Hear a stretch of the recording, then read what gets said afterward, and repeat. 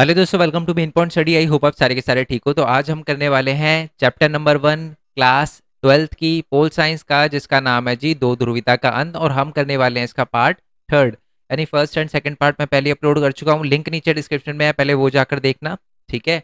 और दूसरी बात यह है कि मैं जो भी चैप्टर अपलोड करूंगा ना, उन सबका लिंक भी आपको नीचे डिस्क्रिप्शन में मिल जाएगा। मैं चैप्टर वाइज एमसीक्यू भी अपलोड करूंगा और उनके मोस्ट इंपॉर्टेंट क्वेश्चन भी अपलोड करूंगा, हिंदी में और इंग्लिश में दोनों में, ठीक है जी। तो सबका लिंक आपको नीचे डिस्क्रिप्शन में मिल जाएगा। प्लस इतिहास यानी हिस्ट्री के भी जो चैप्टर्स होंगे उनकी वीडियो का लिंक भी आपको नीचे डिस्क्रिप्शन में दे दूंगा, ठीक है। कुछ बच्चे नोट्स का पूछ रहे थे, तो मैं जल्दी से एक बार नोट्स के लिए बता देता हूँ। नोट्स के लिए देखो, एक एक छोटी सी बात और बता देता हूँ मैं। ये वेबसाइट है हमारी, ठीक है, main.study.in, आपको पता ही होगा। नीचे जाओगे, अभी क्लास 12 के डाले नहीं है बट मैं यहाँ पर डाल दूंगा, ठीक है। एक है ना, छोटी सी बात मैं आपको बता देता हूँ यार, कि क्योंकि वेबसाइट है ना मेरे से मैनेज नहीं हो रही, इसमें बहुत सारी ऐसी चीज़ें हैं जो मेरे मतलब कोडिंग वगैरह आ गई है अब ठीक है। मैंने बहुत सिंपल इंटरफेस रखा, बट जो बाकी चीज़ें मैंने चेक करी तो उसमें बहुत सारे एरर वगैरह बता रहा है। तो मेरे को ये मैनेज करवानी पड़ेगी। मैं इसके बारे में बात करूंगा, बट आई होप आपको ये नोट्स वगैरह डोंट वरी यहाँ पर मिल जाएंगे, कोई टेंशन लेने की जरूरत नहीं है, ठीक है। चलो, अभी बाकी चीज़ें हम बाद में बात करेंगे, बट आ जाते हैं पहले थर्ड पार्ट पे। आई होप आपने फर्स्ट एंड सेकंड पार्ट देख लिया हो। अगर फर्स्ट एंड सेकंड पार्ट देख लिया है तो पहले मेरे को इन क्वेश्चन का आंसर देना कमेंट में। अगर सही आंसर हुए आपके, तभी आप आगे बढ़ना, अगर इनके आंसर आपको आते होंगे तो। पहले आप मेरे को ये बताओ कि यूएसएसआर जो है वो कितने गणराज्यों से मिलकर बना था, ठीक है, और उसमें से सबसे ज्यादा महत्वपूर्ण गणराज्य कौन सा था। दूसरा था कि यूएसएसआर का लीडर जो पॉलिसी जो 1985 में यूएसएसआर का लीडर था वो कौन बना, और वो कौन सी पॉलिसी लेकर आया था। दो पॉलिसी लेकर आया था, नीतियां लेकर आया था, बड़े महंगे नाम थे उसके। वो नाम भी नीचे कमेंट बॉक्स में बताना है, पता होना चाहिए बच्चे, ठीक है। चलो, और तीसरा क्वेश्चन आप मेरे को ये बताना कि यूएसएसआर का जो विघटन हुआ था, ठीक है, यूएसएसआर का जो विघटन हुआ था वो कौन से साल में हुआ था। ये बड़ा सिंपल क्वेश्चन है, तो ये तीन क्वेश्चन आप मेरे को नीचे कमेंट बॉक्स में बताना, ठीक है जी। चलो, अब हम थोड़ा सा आगे आ जाते हैं। आगे क्या आ जाते हैं, याद होगा हमने सेकंड पार्ट के एंड में देखा था कि ना यूएसएसआर जो मिखाइल गोर्बाचेव है बहुत सारी अलग अलग नीतियां लेकर आया था, बट लोग इसकी नीतियां, जो लोगों को कम लग रही थी इसकी नीतियां और इसकी पार्टी को ज्यादा लग रही थी नीतियां, बंदा ये फंस गया। और इसकी वजह से जो कम्युनिस्ट पार्टी थी उसने इसका विरोध किया, तख्ता पलट किया। फिर तख्ता पलट का विरोध जो है वो बोरिस येल्सिन ने करा, वो बन गया लीडर। और जब वो लीडर बना तो उसके बाद क्या हुआ कि रूस, यूक्रेन और बेलारूस ने ये घोषणा कर दी कि यूएसएसआर अब समाप्त हो चुका है। अब 15 के 15 जो देश हैं वो अलग अलग हो गए हैं। अब क्वेश्चन यही है कि वो देश जो है उनका विघटन क्यों हुआ, यानी यूएसएसआर क्यों टूटा। अब देखो, मैंने आपको ये बात पहले भी बता दी थी कि अगर मान लो आपसे एग्जाम में पूछा जाए कि यूएसएसआर का विघटन क्यों हुआ, सोवियत संघ का विघटन क्यों हुआ, तो इसका आंसर बेसिकली सोवियत संघ की कमियों जैसा ही है। आप देखोगे बहुत सारे पॉइंट मिलते जुलते होंगे, बट मैंने अलग से टॉपिक इसलिए लिखा है क्योंकि बहुत सारे बच्चे यही कंफ्यूज रहते हैं कि सर मेरे से कमी पूछी गई है, मैं कारण लिखूं, कारण पूछे, है ना। तो बच्चे टेंशन नहीं है, अगर आपसे पूछा जाए विघटन के कारण क्या है, तो बेसिकली आप सोवियत संघ की कमियां भी बता सकते हो, ठीक है। चलो, फर्स्ट पॉइंट क्या लिखा हुआ है, नागरिकों की राजनीतिक तथा आर्थिक आकांक्षाओं को पूरा ना कर पाना। सोवियत जो सरकार है वो लोगों की आर्थिक और राजनीतिक मांगों को पूरी नहीं कर पा रहा था, आकांक्षाओं को पूरा नहीं कर पा रहा था, इसलिए विघटन हुआ। ये देखो, ऊपर वाला ही टॉपिक है, ये वाला बिल्कुल ऊपर वाला ही पॉइंट लिखा हुआ है। दूसरा, नौकरशाही का शिकंजा जो था वो बहुत ही जमकर था, मतलब नौकरशाही बहुत ज्यादा करप्ट थी। तीसरा है, कम्युनिस्ट पार्टी राजनीति पर अंकुश था, और जो कम्युनिस्ट पार्टी थी वो क्या थी, जवाबदेह भी नहीं थी। संसाधनों का अधिकतम उपयोग परमाणु हथियार बनाने के लिए किया जा रहा था, ना कि लोगों के विकास के लिए, तो ये भी एक बड़ी प्रॉब्लम बना, है ना। नेक्स्ट है, प्रौद्योगिकी और बुनियादी ढांचे में जो हमारा यूएसएसआर था वो पश्चिमी देशों के मुकाबले बहुत ही पीछे था, ठीक है, जिसकी वजह से लोगों का आक्रोश बढ़ा। और लोगों को ये बात जब पता चली, उन्हें लगा यार ये तो हमारी जो साम्यवादी विचारधारा है वो अच्छी नहीं है। नेक्स्ट है कि रूस की प्राथमिकता या प्रमुखता। आपको पता है कि यूएसएसआर 15 अलग अलग गणराज्यों से मिलकर बना हुआ था, बट सबसे ज्यादा प्राथमिकता रूस, यानी हमारे रूस की संस्कृति और उसके कल्चर को ही दी जाती थी। तो ये भी जो है वो एक तरह से विघटन का कारण बना, क्योंकि बाकी जो दूसरे गणराज्य थे उन्होंने बोलना शुरू किया कि हमारे लिए तो कुछ हो ही नहीं रहा। नेक्स्ट है कि गोरबचेव द्वारा किए गए सुधारों का विरोध होना, ठीक है। क्यों, क्योंकि बेसिकली लोगों को उसका जो काम है वो कम लग रहा था, उसकी पार्टी को ज्यादा लग रहा था, और इसी विरोध के चक्कर में ही यूएसएसआर का विघटन भी हुआ, है ना, लड़ाई झगड़ा हुआ, आप कह सकते हो कि तख्ता पलट हुआ। ओके, नेक्स्ट है कि अर्थव्यवस्था गतिरुद्ध व उपभोक्ता वस्तु की कमी। गतिरुद्ध का मतलब है कि अर्थव्यवस्था ना आगे नहीं बढ़ रही थी यूएसएसआर की, ठीक है, और उपभोक्ता वस्तुओं की भी कमी आ रही थी। उपभोक्ता वस्तु यानी जो लोग डेली चीज़ों में मतलब डेली बेसिस पे यूज़ करते हैं ना, उनमें कमी आ रही थी। आप बोलोगे सर उनमें कमी क्यों आ रही थी? अरे कमी आ रही थी इस वाले पॉइंट की वजह से, है ना जी। हथियार बनाने में लगा दिए सारी की सारी फैक्ट्री, हथियार बनाने में मतलब जो जिस फैक्ट्री में पहले कोई चीज़ बनती थी, कार वगैरह या कोई खाने पीने की चीज़ बनती थी, अब उसको हथियारों में की फैक्ट्री में कन्वर्ट कर दिया, तो इसकी वजह से उपभोक्ता वस्तु में कमी आई।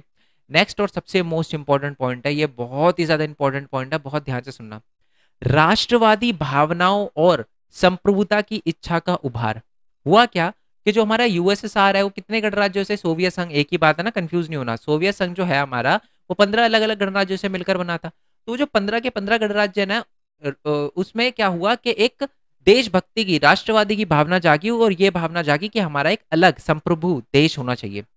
तो इस ही आकांक्षा के कारण क्या हुआ कि बेसिकली यूएसएसआर का विघटन हो गया और 15 के 15 गणराज्य अलग अलग हो गए। ये वाला ऐसा ही टॉपिक आपने क्लास 10th में चैप्टर नंबर 1 यूरोप में राष्ट्रवाद में भी पढ़ा होगा। आप बोलोगे सर कल जो पढ़ा है वो याद नहीं, आप सर 10th पे पहुंच गए। कोई दिक्कत नहीं, आप बस समझ गए ना अब कि बेसिकली राष्ट्रवादी की भावना जागी और उनको लगा कि हमारा क्या होना चाहिए, एक राष्ट्र राज्य होना चाहिए, अलग देश होना चाहिए। नेक्स्ट है सोवियत प्रणाली का सत्तावादी होना। सोवियत प्रणाली यानी सत्तावादी का मतलब एक ही दल था और वो सत्तावादी था, मतलब अपनी मर्जी से सारे के सारे काम करता था। और ये पॉइंट तो मैं आपको पहले बता चुका हूं कि जो पार्टी थी वो जवाबदेह नहीं थी, ठीक है। नौकरशाही भी अपना दबदबा, मतलब लोगों को डराती थी, धमकाती थी, है ना। नौकरशाही का मतलब वही ब्यूरोक्रेसी, आईपीएस आईएएस जो यूएसएसआर में थे, मतलब जो भी बड़े बड़े ऑफिसर थे, है ना, लोगों का शोषण करती थी और सरकार लोगों के प्रति जवाबदेह नहीं थी। तो ये कुछ कारण थे जिसकी वजह से यूएसएसआर का विघटन हुआ, ठीक है। चलो, अब विघटन के क्या परिणाम हुए मैं आपको बता दूं। आपके एग्जाम में ये बात है ना, आप मेरे से रिटर्न में ले सकते हो, मैं चाहूँ आपको रिटर्न में दे दूंगा ये बात। सोवियत संघ के विघटन के परिणाम प्लस सोवियत संघ के विघटन के कारण, एक नीचे क्वेश्चन शॉक थेरेपी का भी, इन तीनों में से एक क्वेश्चन आपके फर्स्ट टर्म में, आपके पीटी में, आपके बोर्ड एग्जाम में कंफर्म आएगा।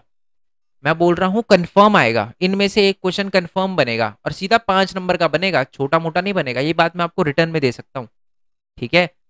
मैं अभी जब प्रीवियस ईयर क्वेश्चन करेंगे, मैं आपको बता दूं सबसे ज्यादा यही क्वेश्चन इस चैप्टर के अंदर से रिपीट होते हैं प्रीवियस ईयर क्वेश्चन में भी। ओ डोंट वरी, जब मैं आपको दिखाऊंगा ना प्रीवियस ईयर क्वेश्चन की वीडियो बनाऊंगा कि अलग अलग क्वेश्चन पेपर दिखाऊंगा, तब आपको पता चल जाएगा। चलो अब आ जाते हैं सोवियत संघ के विघटन के परिणाम। सोवियत संघ जो था वो टूट चुका था। अब सोवियत संघ के टूटने पर क्या हुआ, सबसे पहले तो एक बात आपको पता है, सोवियत संघ के टूटने के बाद 15 नए देश बने। अब आप बोलोगे सर 15 देश देश कैसे बने? अरे बड़ा सिंपल है, पढ़ा तो हमने, 15 अलग अलग गणराज्य से मिलकर बना था। यूएसएसआर टूट गया तो 15 देश जो है वो अलग अलग हो गए, है ना।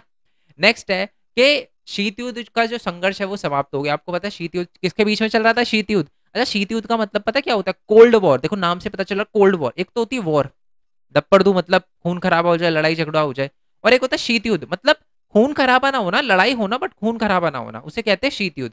तो बेसिकली लड़ाई चल गई थी हमारे यूएसएसआर और यूएस में, अब वो भी समाप्त हो गई। क्यों? क्योंकि यूएसएसआर ही खत्म हो गया। तो पहला तो ये। दूसरा, एक ध्रुविता विश्व अर्थात अमेरिकी वर्चस्व का उदय हुआ। आपको पता है कि 2 सुपर पावर थी, पहले 2 ध्रुविता थी, उसका अंत हो गया और एक ध्रुव रह गया, कौन? अमेरिका। नेक्स्ट है कि हथियारों की होड़ की समाप्ति भी हो गई। हथियार की होड़ किनके बीच में चल रही थी? यूएस और यूएसएसआर के बीच में। अब यूएसएसआर खत्म हो गया तो यूएस ने भी हथियार बनाना बंद कर दिए, है ना। ये वाला पॉइंट बता ही चुका हूं। नेक्स्ट है कि रूस सोवियत संघ का उत्तराधिकारी बना। ये बहुत इंपॉर्टेंट पॉइंट है। इसका मतलब ये है कि जैसे मैंने ऊपर वाले पार्ट में, सेकंड पार्ट में भी आपको बताया था कि एक यूएनएससी है, एक डिपार्टमेंट था UNSC, United nation security council, उसके 5 मेंबर थे, उसके 5 मेंबर में से एक था यूएसएसआर। अब यूएसएसआर तो टूट चुका था 1991 में, तो उसकी जो सीट थी ना वो रूस को दे दी, और जो भी पुराने एग्रीमेंट यूएसएसआर के नाम पे होते थे ना उसको रूस के नाम पे चेंज कर दिया। मतलब एक तरह से रूस जो है वो सोवियत संघ का उत्तराधिकारी बना, ठीक है। नेक्स्ट है कि विश्व राजनीति में शक्ति संबंध में परिवर्तन हुए। कैसे परिवर्तन हुआ? ऑब्वियस सी बात है, 2 ध्रुविता का अंत खत्म हो गया, एक सुपर पावर रह गई, तो शक्ति संतुलन थोड़ा चेंज हुआ, पूंजीवाद फैल गया। ये देखो नेक्स्ट पॉइंट यही है, पूंजीवाद उदारवादी व्यवस्था का वर्चस्व बढ़ा, है ना। ये सारी की सारी चीज हुई। और सबसे ज्यादा इंपॉर्टेंट पॉइंट मैं आपको बताता हूँ कि मैंने ना आपको ये बात पहले भी बताई थी कि जब ये यूएसएसआर के 15 गणराज्य आपस में टूट गए ना, अलग अलग हो गए, तो एक बात नोटिस की गई कि ना, एक जस्ट अ सेकंड, मैं ना इसको पहले से ये तेज कर लेता हूँ, ठीक है, अब ठीक है। तो यूएसएसआर के जो 15 अलग अलग गणराज्य थे ना, वो सारे के सारे जो थे वो अलग अलग हो गए थे। अब जब अलग अलग हो गए तो वो कौन सी नीति अपना रहे थे, कौन सी विचारधारा अपना रहे थे? आप बोलोगे सर साम्यवाद अपना रहे थे। बट उनको साम्यवादी में गलतियां दिखाई दे रही थी कि जी गलतियां हैं इसमें, परेशानियां बहुत है इसमें। तो उन्होंने सोचा कि अब हमें साम्यवाद से पूंजीवाद की तरफ जाना चाहिए। किसकी तरफ जाना चाहिए? पूंजीवाद की तरफ। और ये बात मैंने आपको भी बताई थी कि पूंजीवाद को की तरफ कौन लेकर गया था? यूएसएसआर के जो 15 देश थे जो टूटे थे, है ना, उनको साम्यवाद से पूंजीवाद कौन लेकर गया था? वो लेकर गया था जी एक आईएमएफ और एक वर्ल्ड बैंक। ठीक है जी, ओके, समझ आ गया। और उसमें निर्देश ये थे कि साम्यवाद को पूंजीवाद में कन्वर्ट करना है देशों को। अब ये देखो शॉक थेरेपी की, और इसी चीज को शॉक थेरेपी कहा जाता है।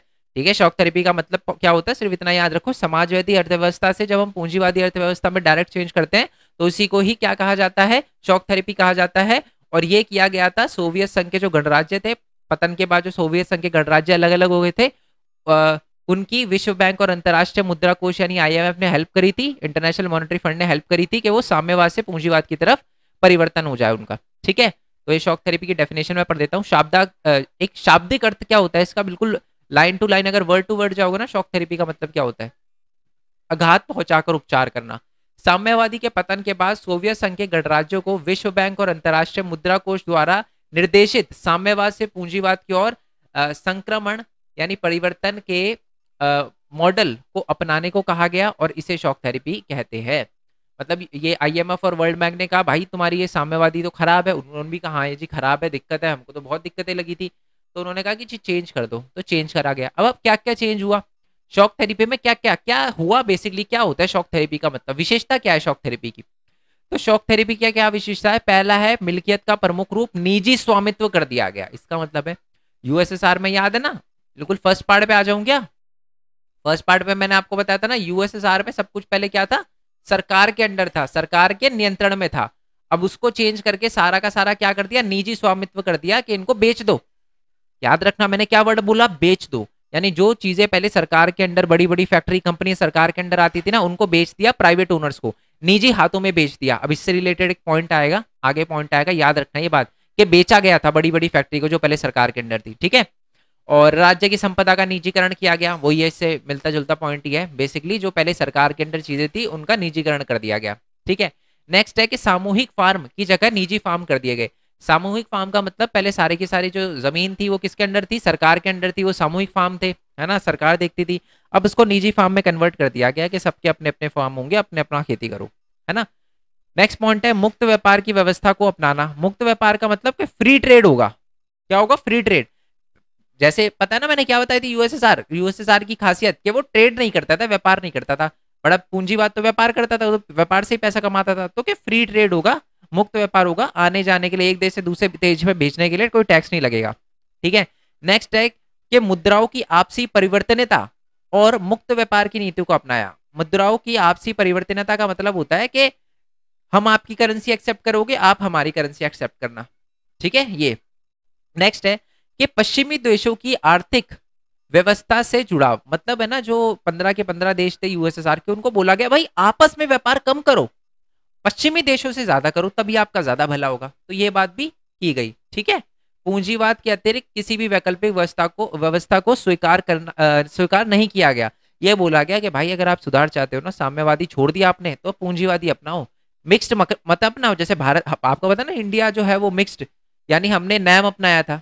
मैंने आपको बताया भी था फर्स्ट पार्ट में कि इंडिया ना यूएसएसआर की साइड था ना यूएस की साइड था। इंडिया ने कोई भी विचारधारा को नहीं अपनाया, इंडिया ने गुट निरपेक्षता को अपनाया, जिसको हम नैम कहते हैं। ठीक है, बट यहाँ पर बोला गया उन 15 के 15 देशों को कि भाई पूंजीवाद ही अपनाना है आपको। ठीक है, चलो अब सर इतनी सारी चीजें करी गई पूंजीवाद में, है ना, सारी फैक्ट्री वगैरह निजी हाथों में बेच दी गई, नीलामी करी गई उसकी, जो पहले सामूहिक फार्म थे उसको निजी फार्म कर दिया गया, मुक्त व्यापार को अपनाया गया, है ना, मुद्रा की परिवर्तनीयता को बढ़ावा दिया गया, है ना, पूंजीवाद को अपनाने के लिए कहा गया और बोला पश्चिमी देशों के टच में रहो। क्या फायदा हुआ इससे?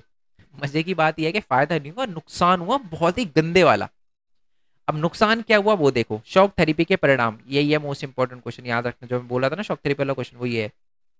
क्या क्वेश्चन है? पहला, रूस का औद्योगिक ढांचा चरमरा गया, आर्थिक परिणाम अनुकूल नहीं रहे। मतलब जैसा सोचा था वैसा हुआ नहीं। ठीक है, और औद्योगिक ढांचा चरमरा गया कैसे? पहले सब कुछ सरकार के कंट्रोल में था। ठीक है, सरकार को पता था कैसे करना है। बात यह वहां के लोग इतने स्किल्ड नहीं थे, उनको नहीं पता था कि बड़ी बड़ी फैक्ट्री कैसे चलानी है। सरकार ने तो वो फैक्ट्रियां बेच दी, और उससे बहुत नुकसान हुआ, लोगों को चलाया नहीं आया, तो फैक्ट्री में उतना प्रोडक्शन नहीं हो पाया जितना पहले होता था। एक तो ये प्रॉब्लम। दूसरा, रूसी मुद्रा में गिरावट आई। रूबल, रूबल है ना, रूसी मुद्रा थी। रूसी मुद्रा यानी यूएसएसआर, यूएस सॉरी, रूस की जो मुद्रा का मतलब होता है करेंसी। रूस की जो करेंसी थी ना रूबल, वो गिर गई। ठीक है, गिर गई मतलब जैसे पहले $1 में 100 रूबल होते थे ना, अब $1 में 1000 रूबल हो गए। मतलब ये होता है गिरना, गिरने का मतलब। ठीक है, समझ आ गया। चलो, नेक्स्ट पॉइंट है कि समाज कल्याण की पुरानी व्यवस्था नष्ट हो गई। पहले आपको पता ना यूएसएसआर मूलभूत आवश्यकता प्रदान करता था खुद ही, अब वो खत्म हो गई। और जो मध्यम वर्ग के लोग थे ना, वो बिल्कुल पराधी पे धकेल दिए गए, वो और गरीब हो गए, क्योंकि पहले सरकार उनकी हेल्प करती थी, अब तो करती नहीं है। फिर क्योंकि पूंजीवाद में कोई हेल्प नहीं करती सरकार, तो ये गड़बड़ हो गई, यहाँ दिक्कत हो गई। अब आ जाओ मेन चीज, कुछ पॉइंट नंबर 4। एक मैंने ऊपर पॉइंट याद रखने के लिए बोला था ना कि सरकार की जो भी सारी की सारी फैक्ट्री वगैरह थी और सारी की सारी चीजें थी, उनको नीलाम किया गया। अब ध्यान से सुनना, जब नीलामी करी जा रही थी ना, जैसे मान लो ये कंपनी है, ये पहले यूएसएसआर की सरकार के अंडर थी, इसको जब बेचा गया, तो बेचते वक्त क्या किया गया कि सारे के सारे यूएसएसआर के लोगों को लेटर लिखे गए, लेटर दिए गए, या इनविटेशन लेटर दिए गए कि भाई बात ऐसी है, अपन कर रहे हैं नीलामी, अपन बेच रहे हैं फैक्ट्री को, सबको आना है जो जो खरीदना चाहता है। अब लोग इतने गरीब थे, उनके पास पैसे ही नहीं थे, पहले ही अर्थव्यवस्था चरमराई हुई थी, दिक्कत आ रखी थी, यूएसएसआर टूटा हुआ था अभी अभी, तो लोगों के पास इतने पैसे नहीं थे, तो उन्होंने क्या किया, बाहर के लोगों को बेच दिया कि जी बात ऐसी, हमको इनविटेशन मिला, आप चले जाओ, आपके पास तो पैसे, आप चले जाओ। तो उन्होंने वो काला बाजारी में बेच दिया। अब हुआ क्या, जो बंदे नीलामी में बैठे, उनको एक्चुअल वैल्यू ही नहीं पता थी उस फैक्ट्री की। मतलब हजारों करोड़ों की फैक्ट्री लाखों में बिक रही है ना, 10-10 करोड़ की फैक्ट्री 10-10 हजार में बिक, मतलब बहुत ही औने पौने दामों पर बहुत बड़ी बड़ी फैक्ट्रियां बिक गई। और इसी को कहा गया गैराज सेल, इतिहास की सबसे बड़ी गैराज सेल।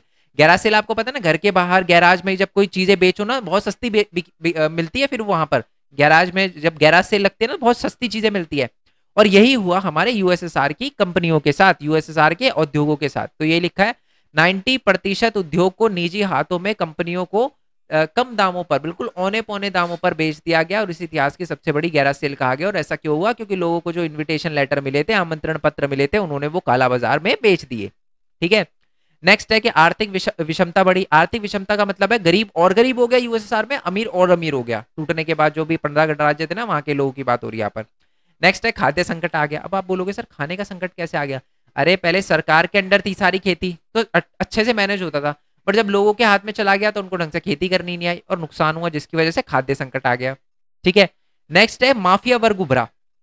अब लोगों के पास जब पैसे नहीं बचे, तो उन्होंने अमीर लोगों को धमकाना शुरू किया, है ना, उनसे पैसे वगैरह ऐंठने लग गए, तो ये माफिया वर्ग, एक नया वर्ग उभर के आया वहां पर। ठीक है, नेक्स्ट पॉइंट है कि लोकतांत्रिक संस्थाओं का निर्माण न होने के कारण कमजोर संसद व राष्ट्रपति को अधिक शक्तियां मिली, जिससे सत्तावादी राष्ट्रपति शासन की शुरुआत हुई। इसका मतलब मैं आपको बता देता हूँ कि हुआ क्या कि यूएसएसआर के जब 15 के 15 गणराज्य आप जल्दी मतलब अचानक से टूट गए ना, तो अब जल्दी जल्दी में वो लिखा गया, कॉन्स्टिट्यूशन संविधान वगैरह लिखा गया, काजी जी लोकतंत्र लाएंगे, संविधान वगैरह लिखो जल्दी जल्दी में। और इतनी जल्दी में संविधान लिखा गया कि राष्ट्रपति को भाई बहुत सारी पावर दे दी, इतनी सारी पावर दे दी कि राष्ट्रपति राष्ट्रपति नहीं रहा, राजा जैसा बन गया। तो ये बात लिखी है कि जो राष्ट्रपति है वो बिल्कुल सत्तावादी हो गया, है ना।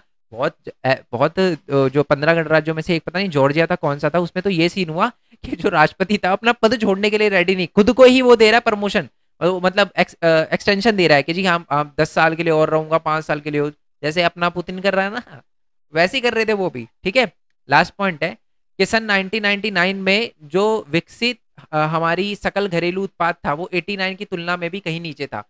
मतलब आप सुनो, जीडीपी, जीडीपी आपको पता है ना, जीडीपी 1999 में बेसिकली कितना पहुंच गई पता है? 1989 में यूएसएसआर की जितनी जीडीपी थी ना, उससे भी कम हो गई 10 साल बाद। सोचो, जीडीपी कम कभी नहीं होती जीडीपी मतलब इनकी जीडीपी गिर गई, इतनी बुरी हालत हुई, बहुत बुरी हालत हुई। पर बाद में उन्होंने 2000 के सालों में 10 साल बाद रिकवर कर लिया। कैसे रिकवर कर लिया? क्योंकि यूएसएसआर के ज्यादातर जो देश थे ना, उनके पास प्राकृतिक संसाधन बहुत थे, खनिज तेल, प्राकृतिक गैस, धातु वगैरह, ये सारी की सारी चीजें थी उनके पास, तो उन्होंने वो बेच के पैसे कमाए। जिनके पास नहीं थे उन्होंने भी पैसे कमाए। आप बोलोगे सर उन्होंने पैसे कैसे कमाए? क्योंकि गैस की पाइपलाइन है ना, उनके देश से होकर जाती थी, तो उनको किराया मिलता था। जैसे रूस है, वो मान लो लेट्स अज्यूम इंडिया भेज रहा है तेल, मैं एग्जांपल दे रहा हूँ, इंडिया तक पाइपलाइन आई नहीं है अभी तक। किसी और कंट्री का एग्जांपल भी लेता हूँ और समझाने के लिए बता रहा हूँ। बीच में कोई कजाकिस्तान या कोई ऐसी कंट्री पड़ रही है जो पहले यूएसएसआर का पार्ट थी तो इनके पास तेल नहीं है बट रूस के पास है, तो रूस कह रहा है जी इंडिया तक पाइपलाइन निकालेंगे, तो उसके लिए इन 3 कंट्रियों को किराया देगी रूस। तो ये बहुत सारी कंट्रियों ने ऐसे किराए से भी अपना अर्थव्यवस्था को दोबारा ऊपर उठाना शुरू कर दिया था, मतलब फायदा हुआ। ठीक है, चलो, मतलब अभी तक अपने को इतना समझ आ गया है कि यूएसएसआर जो है वो टूटा क्यों, कमियां देख ली उसकी। फिर हमने देखा यूएसएसआर के टूटने के बाद क्या हुआ, शॉक थेरेपी अपनाई गई। फिर हमने देखा यूएसएसआर के टूटने के बाद जो शॉक थेरेपी अपनाए थे उसके क्या फायदे हुए, नुकसान हुए, नुकसान हुए बहुत गंदे वाले, वो भी हमने देख लिया। ठीक है, चलो, मतलब यूएसएसआर का टॉपिक खत्म है। अब थोड़ा हम संघर्ष और तनाव का क्षेत्र भी देख लेते हैं। इस टॉपिक में बेसिकली ये बताया गया कि जो यूएसएसआर जो टूटा ना, 15 अलग अलग गणराज्य बने, तो बहुत सारे जो गणराज्य थे ना उनमें दिक्कतें बहुत थी, और उन्हीं दिक्कतों के बारे में इसमें लिखा है। ठीक है, जैसे पूर्वी जो हमारा पूर्व का, या पूर्वी कर लो इसे, पूर्वी सोवियत संघ जो था ना उसके अधिकांश गणराज्य में कहीं ना कहीं जो है संघर्ष चल रहा था। जैसे एग्जाम्पल दे रखा है कि रूस के 2 गणराज्य थे जैसे चेचन्या और दागिस्तान, यहाँ पर अलगाववादी, हिंसक अलगाववादी आंदोलन चल रहे थे, है ना। अलगाववादी होते हैं मतलब देश को तोड़ना चाहते हैं जो। ठीक है, और चेक स्लोवाकिया के भी 2 भाग हो गए, एक चेक एक स्लोवाकिया हो गया, इसमें ये दोनों के दोनों बट गए। ठीक है, जो यूएसएसआर का बल्कान क्षेत्र था वहां पर क्या हुआ कि 1990 में क्या हुआ कि गृह युद्ध हो गया, जिसके कारण वो युगोस्लाविया प्रांतों में टूट गया। कौन कौन से, बोस्निया हो गया, ठीक है, हजरगोविना, बोस्निया हजरगोविना एक ही है, स्लोवानिया, क्रोएशिया, इसमें टूट गया। मतलब जो ऊपर हमने देख लिया ना, जैसे सोवियत संघ के जो 2 देश थे जैसे चेचन्या और दागिस्तान में अलगाववादी आंदोलन, चेचन्या टूट गया, वैसे ही युगोस्लाविया भी 1990 में टूट गया, इन 4 के चारों टुकड़ों में बट गया। ठीक है, और बाल्टिक क्षेत्र वाला इलाका जो था यूएसएसआर का, वहां पर क्या हुआ, मार्च 1990 में जो लुथोनिया था उसने भी अपने आप को अलग घोषित कर लिया, बाल्टिक क्षेत्र के अलग घोषित कर लिया, और एस्टोनिया, लातविया, लुथोनिया 1991 में संयुक्त राष्ट्र संघ के सदस्य बने, और 2004 में नाटो के सदस्य बने। नाटो याद है ना, नाटो याद है ना आपको, यूएसए का जो ग्रुप था ना, मिलिट्री ग्रुप था, पढ़ा था ना हमने नाटो के बारे में, उसका पार्ट बन गया ये तीनों के तीनों गणराज्य है, एस्टोनिया, लताविया और लिथुआनिया। ठीक है, और उसके ये इंडिपेंडेंट भी हुआ था कब, 1990 में, मार्च में। ठीक है, चलो, मध्य एशिया के देशों की बात कर लेते हैं, वही कजाकिस्तान, दागिस्तान, यही देश। तो कुछ जैसे तजाकिस्तान में 10 साल तक यानी 2004 तक गृह युद्ध रहा। ठीक है, ये दिक्कत रही। और 2 हमारी जगह थी जैसे अजरबैजान और आर्मेनिया, इन दोनों के बीच में लड़ाई चली, किस लिए, एक जगह को लेकर जिसका नाम है नगरानो कराबख। ठीक है, इस एरिया को लेकर है ना, आर्मेनिया बोलता है हमारा है, अजरबैजान बोलता है हमारा है, तो इसको लेकर लड़ाई चली। ठीक है, और यूक्रेन में तो पता ही है आपको, रशिया ने गड़बड़ी कर रखी है ना। अब देखो गलती किसकी है ये नहीं पता, यूक्रेन भी थोड़ा कुछ ज्यादा ही एक्सटेंड कर रहा है चीजों को, रशिया तो कर ही रहा है, तो गलती का नहीं पता बट गलत हो रहा है जो भी है। ठीक है, और हमारा किर्गिस्तान हो गया, जॉर्जिया हो गया, जॉर्जिया में भी गृह युद्ध की स्थिति आ गई थी। ठीक है, आपसी विवाद जो थे कॉमन थे। और साथ में जो मध्य एशिया की कुछ ऐसी देश भी थे जहां पर क्या हुआ, तेल वगैरह को लेकर भी, जैसे इराक और अफगानिस्तान में तेल वगैरह को लेकर आपको पता है, तो बहुत सारे दूसरे देश की कंपनियां, जो तेल की कंपनियां थी, वहां यहाँ पर आक्रमण करके इसको जीतना चाहती थी।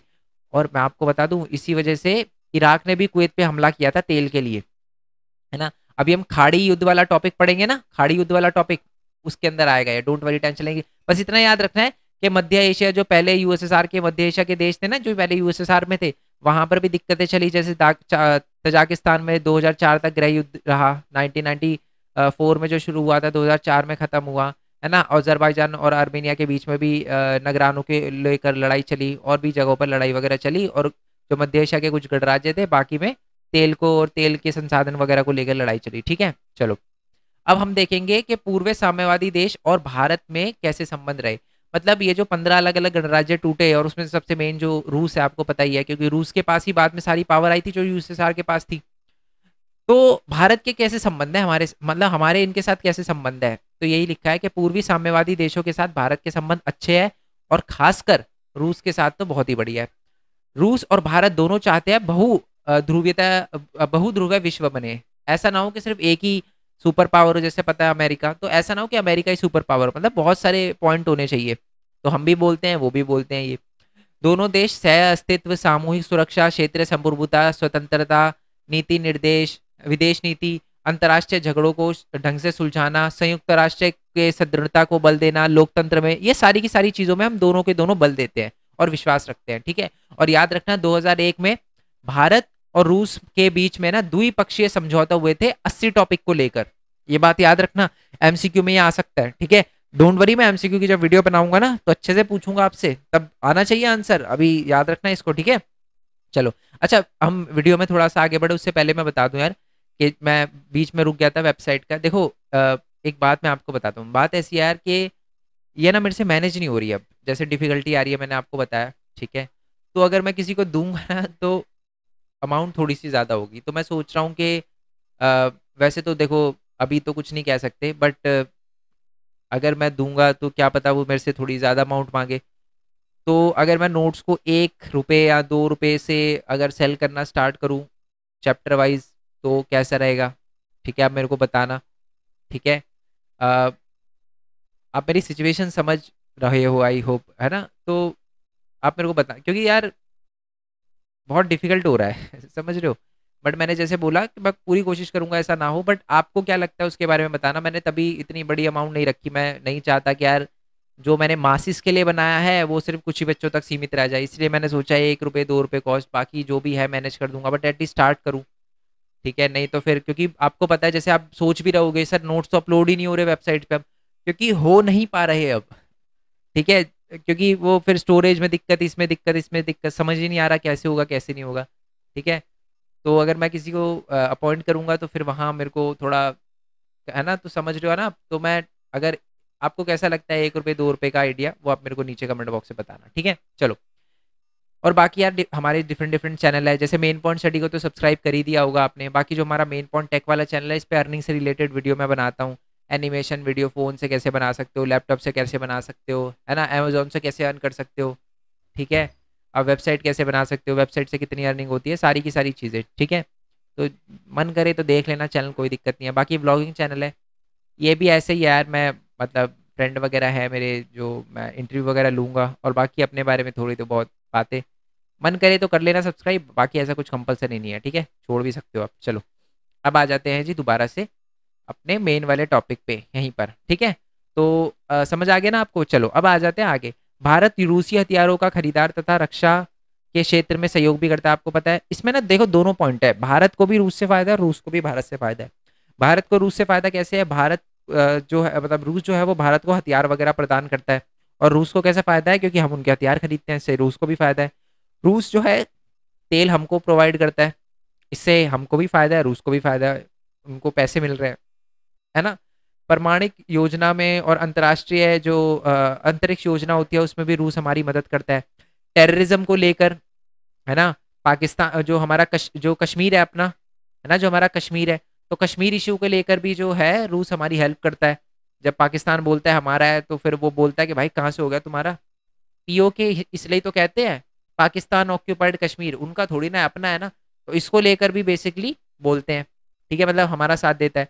बाकी कजाकिस्तान और तुर्कमेनिस्तान में भी जो है साथ में ऊर्जा आयात हमारे बढ़ रहे हैं, मतलब बेसिकली तजाकिस्तान भी यूएसएसआर का ही कंट्री है ना मतलब पहले यूएसएसआर का ही पार्ट थे, उनके साथ भी हमारा कहीं ना कहीं ऊर्जा आयात बढ़ रहा है, हम उनसे भी तेल वगैरह और बाकी चीजें संसाधन खरीदने की कोशिश कर रहे हैं।